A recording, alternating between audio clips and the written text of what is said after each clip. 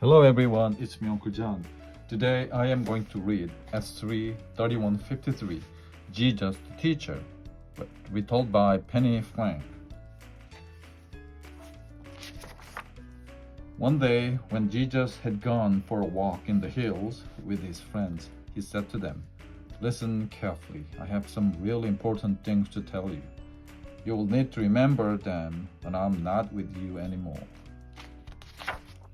It's no good thinking that God's kingdom is like this world," said Jesus. "If you ask the people you know what would make them happy, they would say being rich or healthy or famous. But I say there's happiness in God's kingdom for everyone, even those who are poor and ill and unimportant. The secret of real happiness is to love God and to do as He says. God wants you to pray to Him. You can talk to Him like this: Our Father in heaven, may we always show you respect. We do want your kingdom to come on this earth, and your laws to be kept here, just as they are in heaven. Please give us today the food that we need. Forgive us for the wrong things we have done, and help us to forgive people who have hurt us and made us sad. When Satan tries to make us disobey you, please help us not to do wrong." God is listening even if He doesn't answer at once. Jesus said, "If you knock at someone's door and no one comes, you knock again. You go on knocking until the door is opened. So don't give up with God. Suppose you ask me for something and I didn't give it to you at once. Wouldn't you ask again?" Well, prayer is like that. Don't be afraid to go on asking. In God's kingdom, Jesus said, all the laws are good. There is a special law about loving people. Usually, people like their friends and are unkind to their enemies. But God wants you to love even the people who hurt you. Then everyone will see that you belong to His kingdom.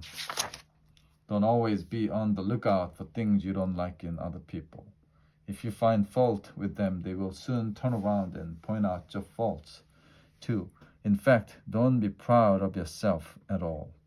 Once upon a time, a man stood in God's temple and prayed like this: "Dear God, I'm so glad that I'm good and keep all your laws." He was very proud. Another man prayed, "Dear God, please forgive me for all the wrong things I have done." It was that man who went home happy, for God forgave him. If you belong to God's kingdom, you don't have to worry about anything ever again. Jesus said, "Look at those birds up there. If God makes sure they have food and drink, why should you feel worried about your next meal?